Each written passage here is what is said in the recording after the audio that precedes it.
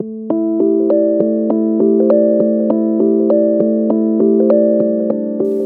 you, Bernie. Can I have my slides on? Okay.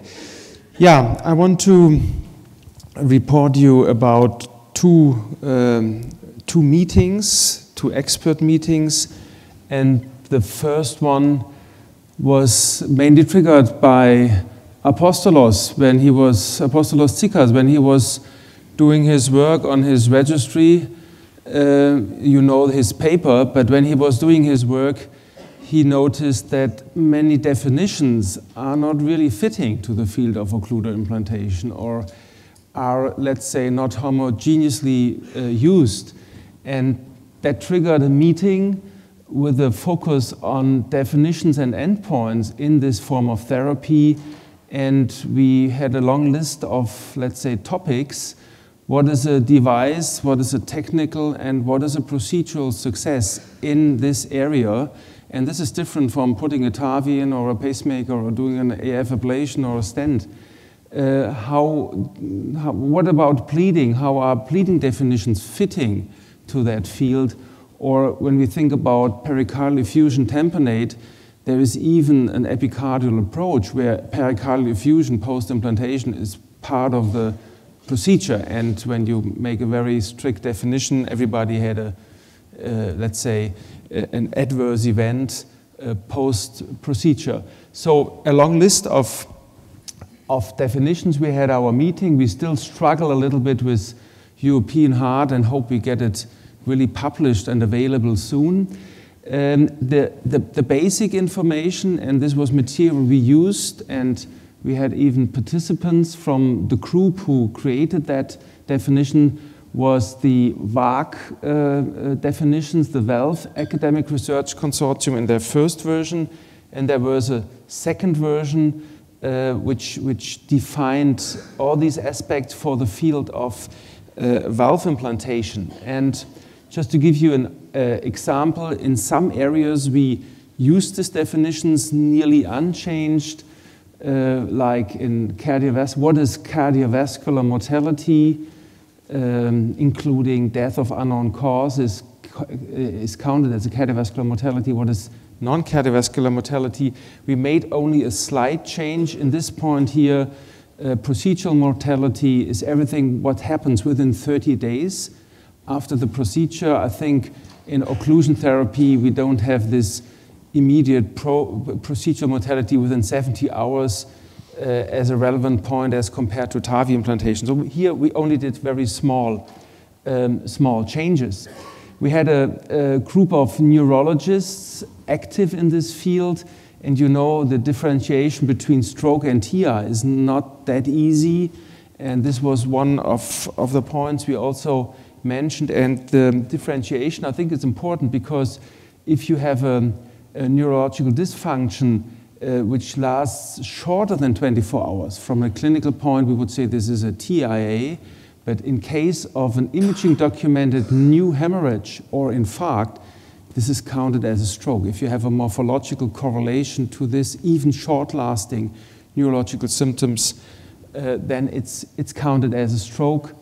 And the diagnostic criteria were defined that it should be confirmed, any cerebrovascular event, at least either by a specialist or by a neuroimaging procedure. And we had a significant discussion how to handle registries, limited budget, but in left atrial appendage occlusion therapy, stroke is the most important, the main outcome measurement. Therefore, we said even in registries, it might be not feasible that we have neuroimaging for every patient available, but at least strokes should be adjudicated by a specialist, even in registry. So this may cause debates. Maybe it's not always possible, but from a research and scientific standpoint, this would be an aspect. Sometimes we mixed a little bit. We used stroke classification, stroke severity from the Clinical Data Interchange Standards Consortium, published in 2004. We followed this definitions of disabling, non-disabling stroke as documented using the modified Rankin scale score.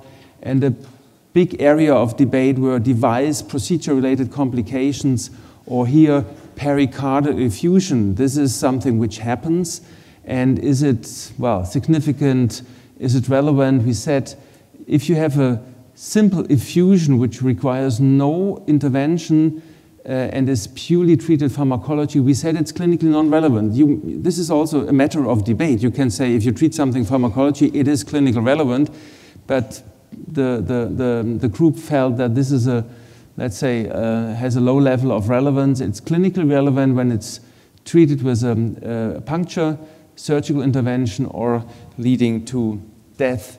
And there is a separate definition if you use an epicardial approach for any intervention, because here post-procedural pericardial fluid is more or less always present. It's minor when it's still a significant volume here, and it's major if it's required blood transfusion or surgical intervention post-procedure. So very specific definitions, and one example here about the pleading definitions where we did some modifications as compared to WARC, or the initial paper was the BARC consortium who were first defining pleading definitions. We downgraded a little bit pericardial bleeding when it occurred during the index procedure from life-threatening or disabling down to major bleeds, because we say if you have a tamponade in the procedure and you can puncture it, and it has no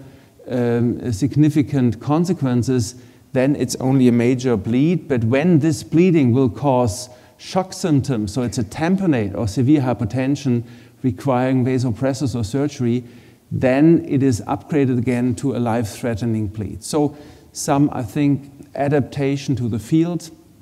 We had another section of debate about device-related complications which occur, and you do enough cases, you will experience it. And this is also something some of you may see in a different way. When we had the slide review yesterday, even among experienced people, there was already some debate. So if you have a device embolization, it is a minor complication if you can retrieve the device in the procedure without surgical intervention or without any damage to the surrounding structure. When you have your sheath already in the left atrium and you just snare it easily, it is created as a minor complication. It is major if it requires repuncture, like the next day or even an hour later. If it prolongs hospital stay, you need surgery, or when you damage any surrounding structure. And we also defined a list of device-related problems. Another important area here, nicely see in sinus rhythm, what is a dynamic leak or dynamic gap in this case.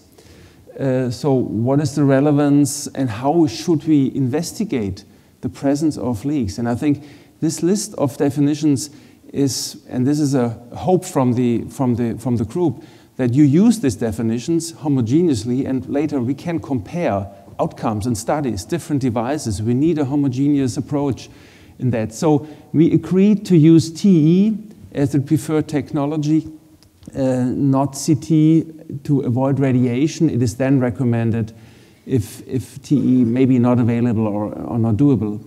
And the measurements were specified by our imaging experts. It's echo, Doppler. To measure vena contracta, you have to document the largest measurements as size of leak in any achieved angle of the TE. And then we made this three definition that in LAA occlusion device success is when the device is deployed and implanted in correct position. Technical success is exclusion of the left atrial appendage, no device-related complications, and no leak more than 5 millimeters on the Doppler TE. And procedural success is technical success as defined here, and no procedure-related complications. This was the list of participants. Thank you to all of these colleagues, and I hope these definitions will be used. And we had a recent conference end of last year, which is currently under production, a manuscript, and that's about specific clinical conditions where the occluder should be discussed, and long-term anticoagulation is not a way to go. And we had neurologists, we have different medical faculties on the table. Thank you for your attention.